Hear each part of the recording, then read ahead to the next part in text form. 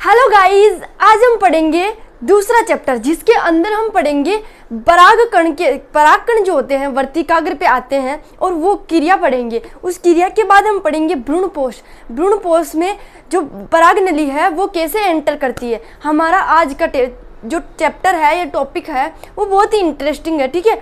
तो ध्यान से पढ़ना, ठीक है, और तुम भी ध्यान से पढ़ना। तो हमारा जो टॉपिक है फर्स्ट है, हमारा जो टॉपिक है वो है फर्टिलाइजेशन। जो निषेचन होता है वो किससे होता है? भ्रूणकोश, कहने का मतलब जो पादप होते हैं उनके अंदर फर्टिलाइजेशन कैसे होता है। फर्टिलाइजेशन होता क्या है पहले ये देखो। एक नर होता है और एक मादा होती है, ठीक है। नर व मादा की मिलने से इसके अंदर भ्रूण जो एम्ब्रियो का निर्माण होता है, जो जाइगोट बनता है ना। पहले क्या होता है, भ्रूण बनता है जब जब वो जो पुष्प होता है उसके अंदर जब नर व मादा मिलते हैं, मिलने के बाद एक भ्रूण का निर्माण होता है। भ्रूण के निर्माण होने के बाद क्या होता है, मादा के बाद भ्रूण का निर्माण, भ्रूण परिपक्व होता है तो एक जाइगोट का डेवलपमेंट होता है, ठीक है। तो उसे हम कहते हैं फर्टिलाइजेशन, ठीक है। उसके बाद हम देखते हैं पराग कणों का अंकुरण व पराग नली का निर्माण। पराग कणों का अंकुरण सबसे पहले देखते हैं। जब पौधे के अंदर अंकुरण होता है तो कौन सा हार्मोन रिलीज करता है या कौन सा हार्मोन काम करता है अंकुरण के समय। इस अंकुरण के समय कौन सा हार्मोन ज़्यादा डेवलप होता है, यानी हार्मोन कौन सा यूज में लिया जाता है, अंकुरण के समय कौन सा यूज लिया जाता है, तो वो उस हार्मोन का नाम है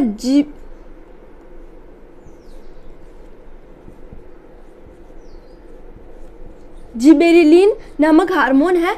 इसे मुख्य हार्मोन भी कहा जाता है इसे मुख्य हार्मोन भी कहा जाता है। ये अंकुरण के समय उपयोग में लिया जाता है। फिर जब बीज का अंकुरण होता है तब हमें जब बीज को अंकुरित किया जाता है तब हमें फॉस्फेट, गामा किरणें जो होती है, गामा किरणों की बहुत ज़्यादा आवश्यकता होती है, ठीक है। दो चीज़ें समझ आ गई। अब हम देखते हैं पराग कणों का अंकुरण व पराग नली का निर्माण, ठीक है। पराग कणों का अंकुरण, जैसे ये क्या है, ये है जैसे ये है वर्तिका, ठीक है।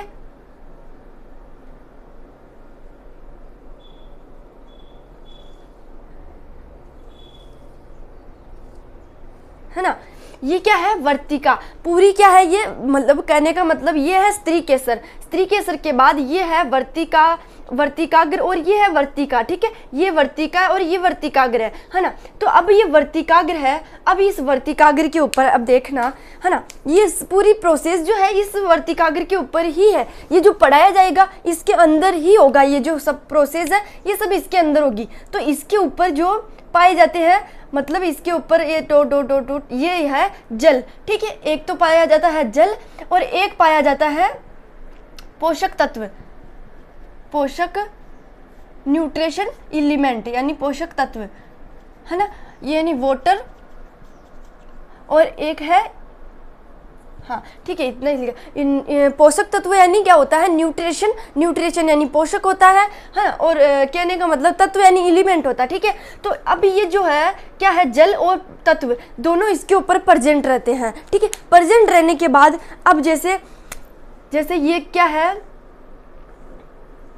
वर्तिका, कहने का मतलब पराग कोश है, ये पराग कोश है। इसके अंदर ये क्या है, परागकण है। परागकण यहाँ से निकल के ये है, एक परागकण ये रहा, एक परागकण ये रहा, ठीक है। ऐसे करते करते यहाँ पे आएगा। अब एक परागकण इसके ऊपर आके बैठेगा, आ गया, इसके ऊपर एंटर होगा। अब ये एंटर होने के लिए, अब ये जो परागकण है वो इसके अंदर एंटर होने के लिए कौन सा जो एंजाइम है वो स्रावित करेगा। तो एंजाइम स्रावित करेगा जिससे एक, कहने का मतलब इसके अंदर एंट्री होगी, इसकी एंट्री होगी। ये परागकण जो होता है इसकी एंट्री इसके अंदर होने के लिए ये एक पेक्टिन एंजाइम स्रावित करता है, पेक्टिनेज,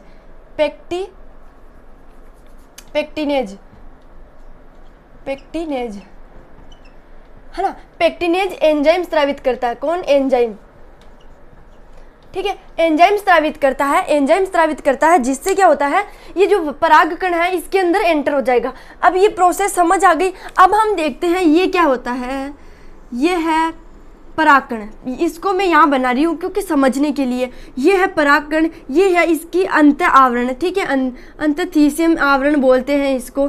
और इसके बाद हम देखते हैं ये है बाह्य चोल, ठीक है, ये बाह्य चोल होती है, ये बाह्य चोल होती है और ये पूरी मिली हुई होती है इससे।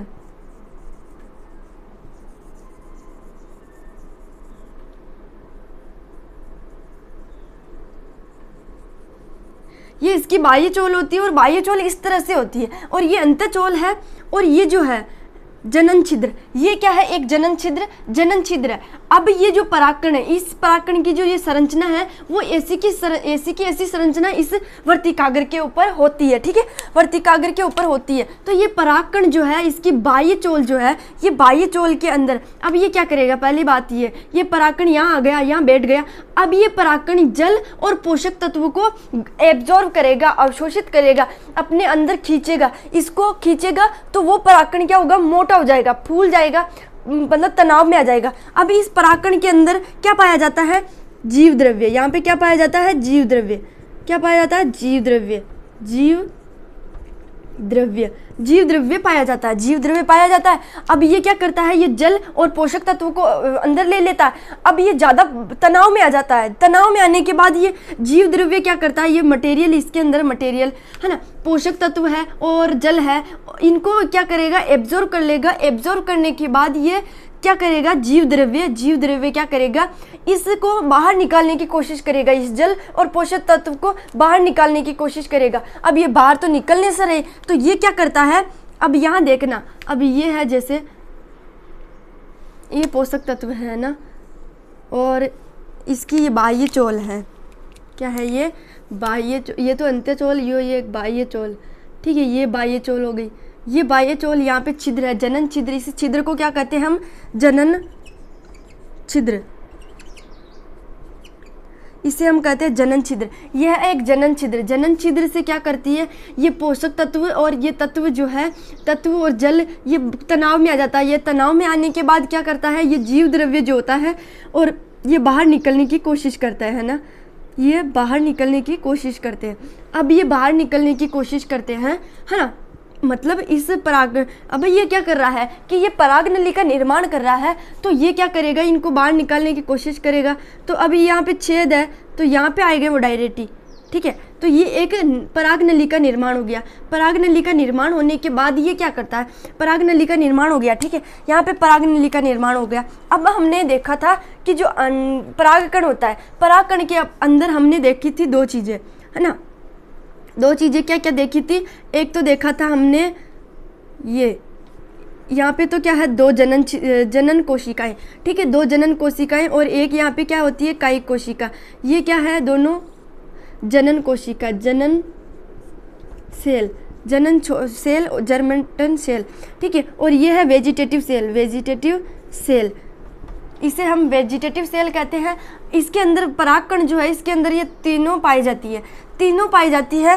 तो ये क्या होती है, ये जो तनाव में आता है, तनाव में आने के टाइम क्या करता है, ये जो ये है वेजिटेटिव सेल जो है, ये क्या होती है, नष्ट हो जाती है। ठीक है, ये तो है क्या, नष्ट हो जाती है। अब बची क्या, बची है दोनों जनन कोशिकाएं, जनन कोशिकाएं बचती है। अब ये जनन कोशिकाएं क्या करती है, विभाजन करती है। जनन कोशिका क्या करती है, इस टाइम क्या करती है, पराग नली का निर्माण करने के पहले ही क्या करती है, मतलब कहने का मतलब ये विभाजन करती है, समसूत्री विभाजन करती है, जिससे क्या होता है, दो जनन मतलब दो युग्मक केंद्रों का निर्माण होता है। किसका, ये जनन कोशिकाएं विभाजन करती है। कौन सा विभाजन करती है, समसूत्री, समसूत्री विभाजन करती है। समसूत्री विभाजन करने के बाद, समसूत्री विभाजन करती है, इसके बाद ये समसूत्री विभाजन तो करती है, उसके बाद ये दो नर युग्मकों का निर्माण करती है ना, दो नर युग्मकों का निर्माण करती है, दो नर युग्मकों का निर्माण करती है, जो ये पराग नलिका जो है उसके अंदर आ जाते हैं। ये दोनों नर युग्मक दोनों पराग नलिका के अंदर आ जाते हैं, और ये जो है ये नष्ट हो जाते हैं। ठीक है, ये नष्ट हो जाते हैं, और ये जो दोनों नर युग्मक है, नर युग्मक ही जीवित रहते हैं। ठीक है, तो ये पराग नली के अंदर यहाँ तक आ जाते हैं। ठीक है, यहाँ तक आ जाते हैं, कहने का मतलब ये दोनों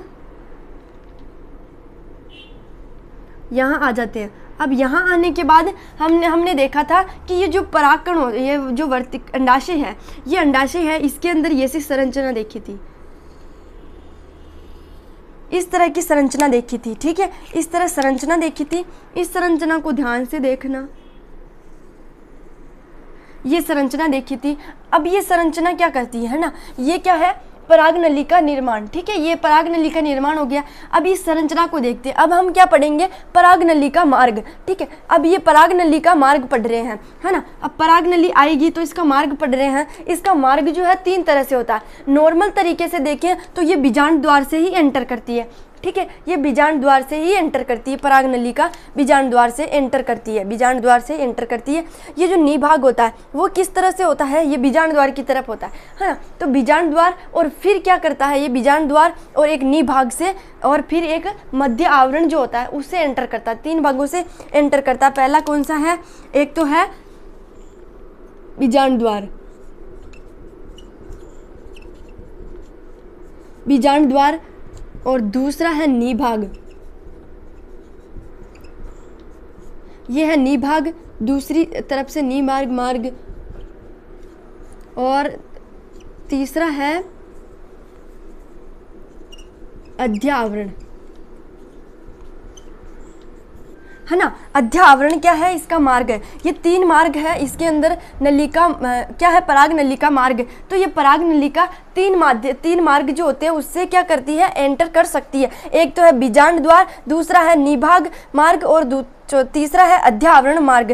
ठीक है, अध्यावरण क्या करता है, इस परागनली की रक्षा करता है, लेकिन ये एंटर कर सकता है इससे, है ना। तो ये क्या करता है, नष्ट हो सकता है। कहने का मतलब ये जो एंटर कर सकता है। एंटर करने के बाद अब देखना, ये जो है परागकोश, कहने का मतलब ये जो पूरी संरचना है हमने देखी थी बीजांड द्वार के अंदर, बीजांड के अंदर ये संरचना देखी थी, बीजांड के अंदर ये संरचना देखी। अब हम देखते हैं भ्रूणकोश। ये भ्रूणकोश है जिसके अंदर क्या है, ये 3 कोशिकाएं, प्रतिमुख कोशिकाएं। ठीक है, और ये दोनों सहायक कोशिकाएं, और ये इतनी बड़ी कोशिका पाई जाती है जिसे हम अंड कोशिका कहते हैं, और ये 2 ध्रुवीय केंद्रक होते हैं। ठीक है, ये ध्रुवीय केंद्रक होते हैं जो इसके अंदर पाए जाते हैं। ठीक है, इसके अंदर ऐसी संरचना पाई जाती है। ये बीज हो गए, ये क्या है, बीज, ये 1 बीज हो गया, 2 बीज हो गए, ये बीज है। अब ये बीज है, अब इन बीजों के अंदर ये वाली संरचना पाई जाती है। ठीक है, एक एक टॉपिक को समझेंगे एक एक को, है ना। तो ये बीजांड है, कहने का मतलब ये बीजांड है, ये बीजांड है। ये बीजांड जब बीज में परिवर्तित कब होते हैं, बीजांड है। ठीक है, ये बीजांड जो है इसकी अंदर की संरचना ये वाली है। एक बीजांड है जिसके अंदर की संरचना ये वाली है।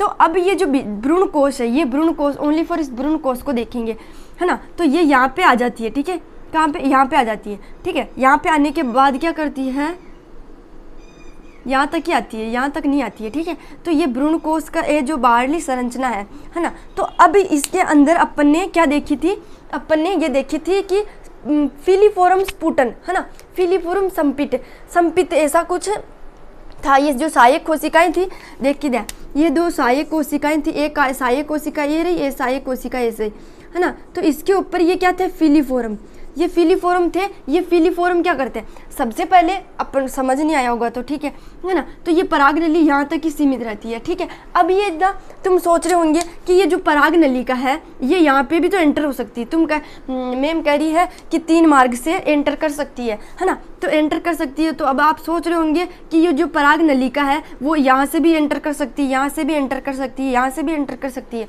तो मैं बताती हूँ ये इसको कैसे पता चलेगा कि हमें यहाँ से ही एंटर करना है। ठीक है, अब देखना ये क्या है, ये जो पूरी संरचना है उसके अंदर की जो संरचना है ये क्या है ना, ये क्या है, बीजांड। ठीक है, बीजांड के अंदर की संरचना क्या है, भ्रूणकोश। भ्रूणकोश के अंदर क्या देखी थी, 3 प्रतिमुखी कोशिकाएं, 2 ध्रुवीय केंद्रक देखे थे, और ये 2 सहायक कोशिकाएं देखी और एक अंड कोशिका देखी। अब ये 2 सहायक कोशिकाएं जो है, 2 सहायक कोशिकाएं हैं, 2 सहायक कोशिकाओं के ऊपर क्या पाया जाता है, फिलीफोरम।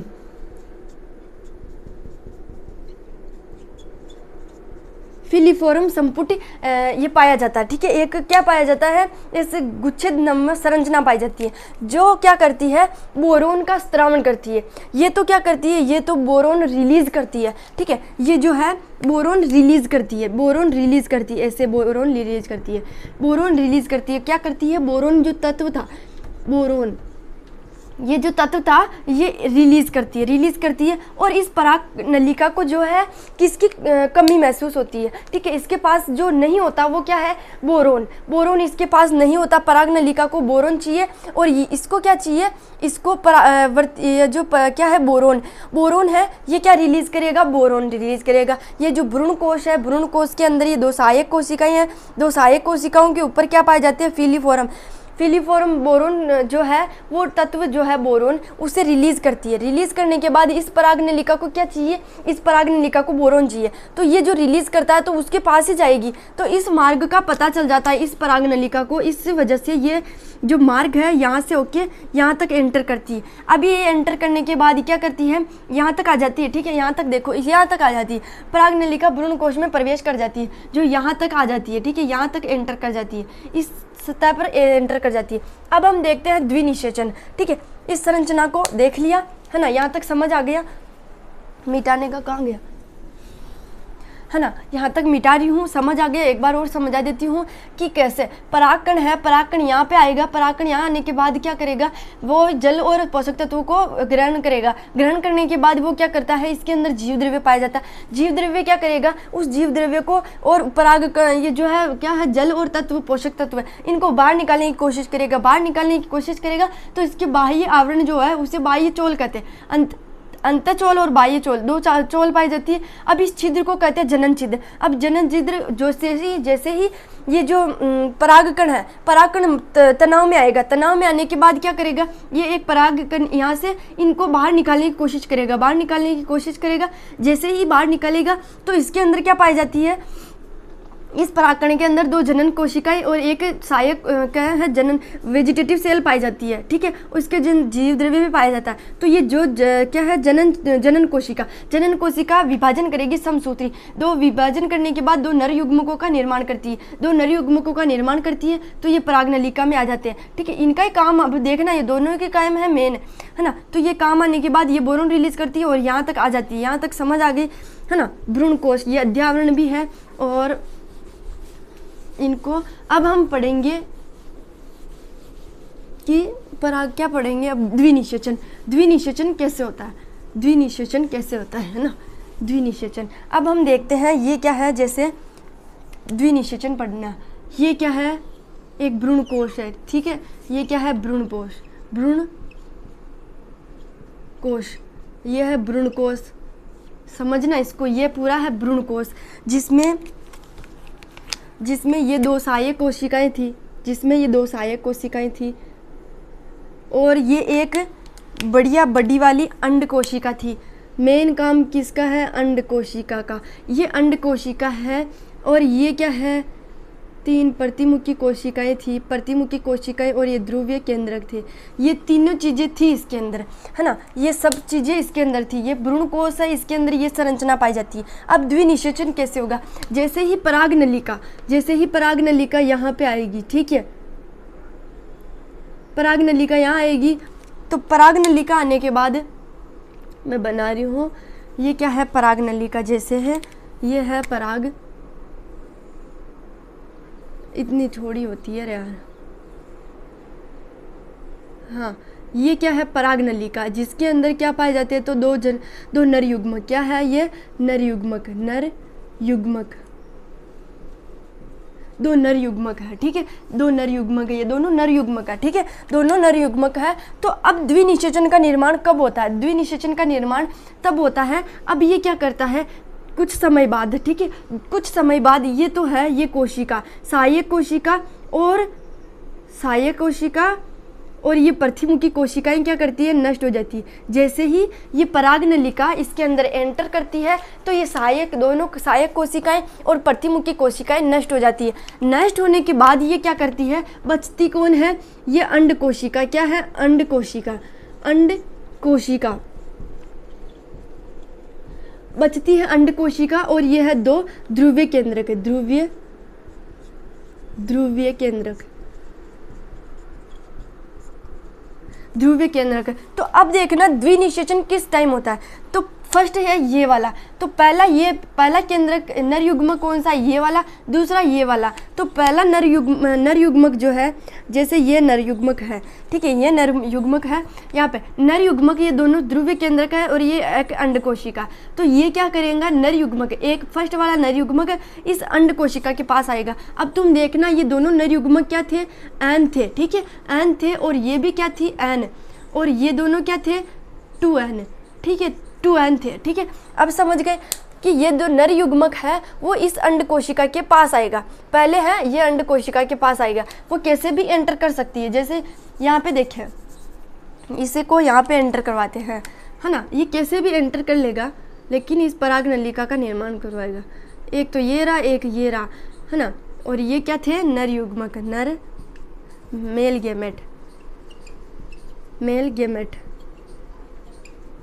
ठीक है, मेल गेमेट थे। तो ये फर्स्ट वाला क्या है, ये अंडकोशिका के पास जाएगा और संलयित हो जाएगा। संलयित होने के बाद ये एन है और ये क्या थी, एन, ठीक है, ये भी एन और ये भी एन, तो बन गया 2n, ठीक है, 2n। तो इसे हम कहते हैं द्विनिषेचन। ये क्या है, एक अंडकोशिका और एक नर युग्मक, फर्स्ट प्रथम नर युग्मक और अंडकोशिका दोनों संलयित होकर द्विनिषेचन करते हैं। द्विनिषेचन में क्या होता है, द्विनिषेचन हो गया, ठीक है। ये द्विनिषेचन किसका निर्माण करता है, द्विनिषेचन भ्रूण का निर्माण करता है, भ्रूण का निर्माण करता है, एम्ब्रियो, ठीक है, एम्ब्रियो का निर्माण करता है। एम्ब्रियो का निर्माण करने के बाद ये जो अंडकोशिका है, दूसरा नर युग्मक जो है इसके साथ संलयित हो जाता है। ये तो है क्या, 2n, ठीक है, पहले ही 2n है और ये पहले n क्या है, दोनों 2n प्लस n मिलेगा तो 3n हो गया ना। तो इसे क्या कहेंगे, त्रिसंलयन। त्रिसंलयन के पश्चात किसका निर्माण होता है, भ्रूणपोष का निर्माण होता है। किसका, भ्रूणपोष का, भ्रूणपोष,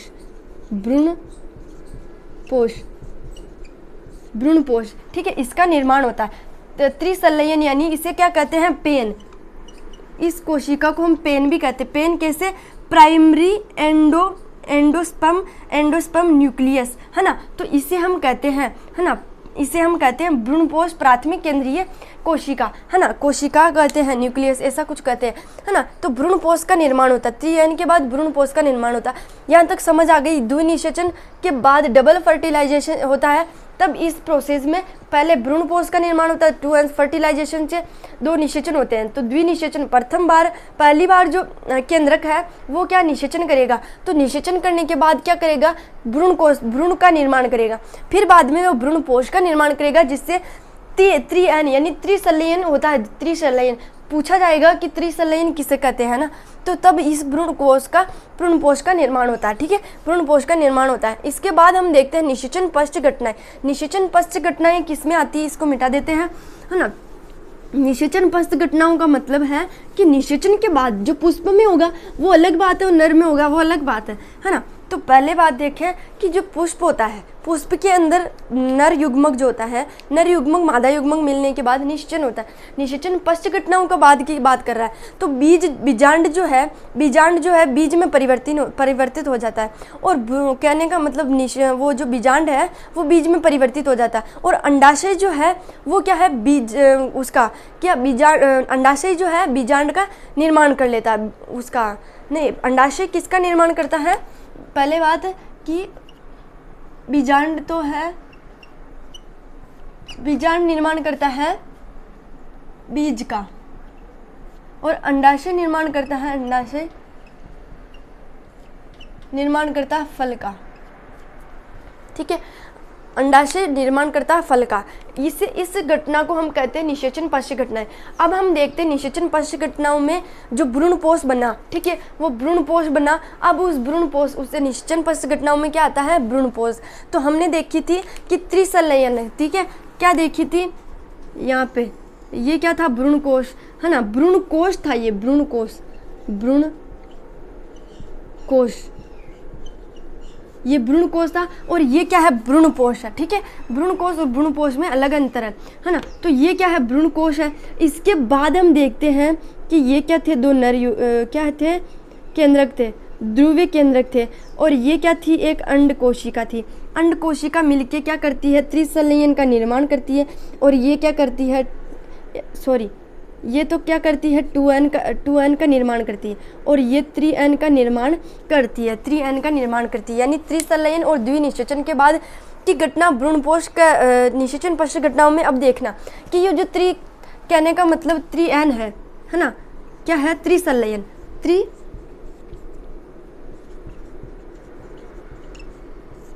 त्रिसंलयन इसे हम कहते हैं त्रिसंलयन, और इसे हम कहते हैं द्विनिषेचन। इसे तो हम कहते हैं द्विनिषेचन, जिससे भ्रूण का निर्माण होता है। और इससे क्या होता है, भ्रूणपोष का निर्माण होता है। इससे क्या निर्माण होता है, भ्रूणपोष का, भ्रूणपोष, है ना। ये देखना, भ्रूणपोष का निर्माण होता है। भ्रूणपोष का निर्माण होने के बाद हम देखते हैं जो क्या है, भ्रूणपोष, एंडोस्पर्म। एंडोस्पर्म क्या होता है, ये क्या है, एक पोषकीय पोषक उत्तक है। ठीक है, पोषकीय उत्तक है।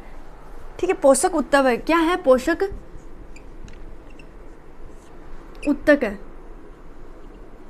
यह है पोषक उत्तक है, जो क्या करता है, बीजांड जो होता है उसको पोषण देने का काम करता है। इस भ्रूणपोष का काम होता है। त्रिसंलयन के बाद भ्रूणपोष का निर्माण होता है। इस भ्रूणपोष किसे कहते हैं, एक पोषक उत्तक है। ये पोषक उत्तक है जो क्या करता है, बीजांड को, फल को क्या करता है, पोषण देने का काम करता है। ठीक है, दोने का काम करता है। अब हम देखते हैं भ्रूणपोष। भ्रूणपोष 3 प्रकार का होता है। पहला है न्यूक्लियस एंडोस्पर्म, दूसरा है सेलुलर एंडोस्पर्म, तीसरा है हेलोबियल एंडोस्पर्म। ठीक है, तो हम फर्स्ट में देखते हैं केंद्रीय न्यूक्लियस। ठीक है, केंद्रीय यानी न्यूक्लियस एंडोस्पर्म देखते हैं। अब ये जो त्रिसंलयन है, अब हम देखते हैं इस ओनली फॉर किसकी बात करेंगे, भ्रूणपोष के अंदर। इसको मिटा देते हैं, इसको भी मिटा देते हैं। ठीक है, ये क्या थी, दोनों कोशिकाएं थी। ये दोनों कोशिकाएं क्या करेगी, केंद्रकीय विभाजन करने के बाद केंद्रकों का निर्माण करती है। ये कैसे, इस तरह एनसीईआरटी के अंदर डायग्राम बनाया हुआ होगा। ठीक है, तो ये तो क्या थे, ये तो भ्रूणकोश था। ठीक है, भ्रूण ओनली फॉर भ्रूण था। ठीक है, भ्रूण था, और इसके अंदर ये क्या पाई जाती है, ये केंद्रक पाए जाते हैं। ठीक है, ओनली फॉर ये केंद्रक है ना, या फिर इसको ऐसे भी बना सकते हैं अपन, एक केंद्रक ये रहा, एक केंद्रक ये रहा, ऐसे करके ये पूरा भरा देता है। कैसे भरा देता है, केंद्रकीय भ्रूणपोष के अंदर इस संरचना का निर्माण होता है। इस संरचना का निर्माण तब होता है जब ये विभाजन करता है। विभाजन कौन सा करता है, समसूत्री विभाजन करता है। इसलिए समसूत्री विभाजन के बाद ऐसी संरचना बनती है। इसी संरचना बनती है और इसके अंदर क्या पाई जाती है, रिक्तिका। एक रिक्तिका निर्माण होता है, एक रिक्तिका का निर्माण होता है। और ये क्या, केंद्रक है। ठीक है, इसके अंदर केंद्रक का निर्माण होता है। डायग्राम अगर एग्जाम में बनाए तो इस तरह से बनाना कि नंबर मिल जाए अच्छे से, है ना। मैंने समझा तो अच्छे से दिया था, कोई भी कमी नहीं रखी। ठीक है, मेरे से जितना हो सका मैंने बताया, और फिर भी नहीं समझ में आया तो कमेंट में बता देना कि मैम इसका क्या है, मैं बता दूंगी। ये क्या है, रिक्तिका। ये रिक्तिका है बीच में, ये तो रिक्तिका रह गई। ठीक है, रिक्तिका रह गई। और ये क्या है, भ्रूणकोश, भ्रूण ओनली फॉर क्या है, भ्रूण। और ये क्या है, केंद्रक।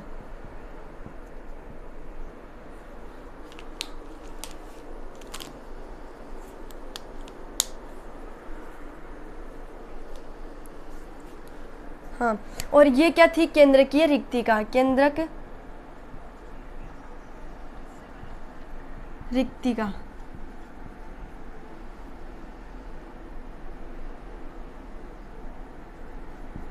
ये केंद्रकीय रिक्तिका थी। ठीक है, इसके बाद क्या होता है, केंद्रकीय न्यूक्लियर एंडोस्पर्म जो होता है, उसके बाद इस संरचना का निर्माण होता है। इस संरचना का निर्माण होता है, ये विभाजन करती है। विभाजन के बाद ये इतने सारे क्या करती है, केंद्रक का निर्माण कर देती है। केंद्रकों का निर्माण करने के बाद एक रिक्तिका का निर्माण होता है। रिक्तिका क्या करती है, अब आगे देखते हैं। ठीक है, अब हम देखते हैं सेलुलर एंडोस्पर्म, है ना। Cellular endosperm. इसके बाद ये जो संरचना है, ये जो संरचना इसको यहाँ से मिटा देते हैं। इसके बाद ये जो कोशिकाएं हैं, है ना, कोशिकाएं हैं, उसमें जो विभाजन करता है उससे कोशिकाओं का निर्माण होता है। ठीक है, कोशिकाओं का निर्माण होता है। तो कोशिकाओं का निर्माण किस तरह से होता है ना, तुम देखना, अभी मिटा ही देते हैं पूरा। इसके बाद ये निर्माण होता है और इसके बाद ये वाला निर्माण होता है। ठीक है, तो ये क्या थी, ये था एक, कहने का मतलब एक भ्रूणकोश है। ये भ्रूणकोश वृद्धि करेगा तो इस तरह बनेगा। ठीक है, ये भ्रूणकोश है। इसके अंदर अब ये जो भ्रूणपोष है, भ्रूणपोष के अंदर 3 तरह से देखते हैं। भ्रूणपोष के अंदर दूसरा था सेलुलर एंडोस्पर्म, यानी कोशिकीय भ्रूणपोष। कोशिकीय भ्रूणपोष में कोशिकाओं का विभाजन करता है। विभाजन करने के बाद वो क्या करता है, कोशिकाओं का निर्माण करता है। ठीक है, ये क्या है, कोशिकाओं का निर्माण हो गया। इस तरह कोशिकाओं का निर्माण कर लेता है ना, इस तरह कोशिकाओं का निर्माण करता है। इस संरचना को हम, इसको तो हम भ्रूणपोष कहते हैं,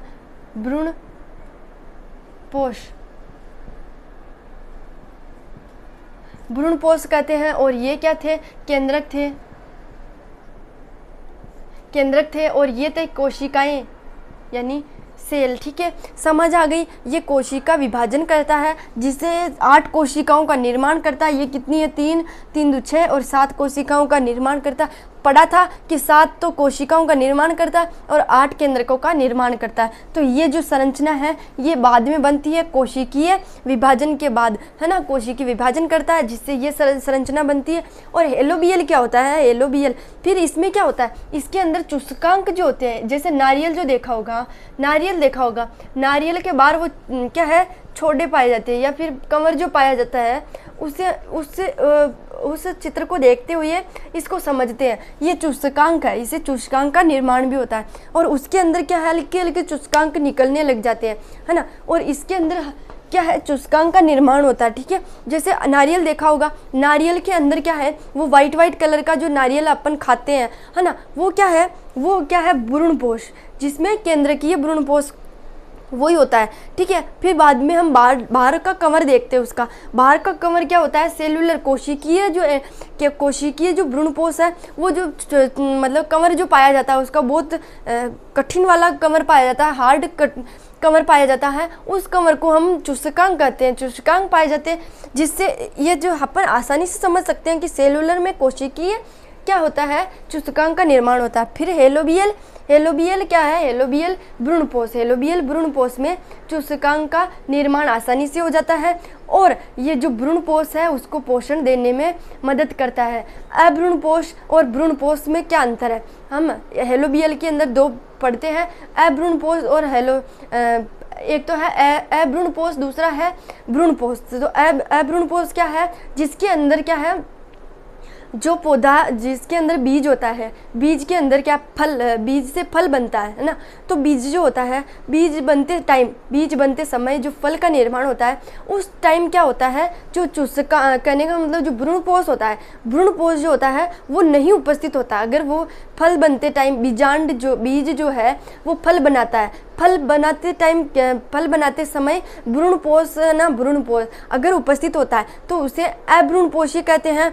उपस्थित होता है तो उसे तो भ्रूणपोषी कहते हैं। और अगर नहीं उपस्थित होता, फल बनते समय बीजांड जो है फल बनाते समय अगर क्या करता है, भ्रूणपोष उपस्थित नहीं रहता है तो उसे अभ्रूणपोष कहते हैं। अगर उपस्थित रहता है तो उसे भ्रूणपोष कहते हैं। ठीक है, अगर ये वीडियो अच्छा लगे तो आप लाइक कर देना, नहीं लगे तो डिसलाइक कर देना, पर सब्सक्राइब जरूर करना और कमेंट भी जरूर करना। ठीक है, नेक्स्ट वीडियो में मिलते हैं। और ये वीडियो आपको कैसा लगा, थोड़ा थक जाते हैं तो अटक भी जाते हैं, कोई दिक्कत वाली बात नहीं। ठीक है, अगले वीडियो में मिलते हैं।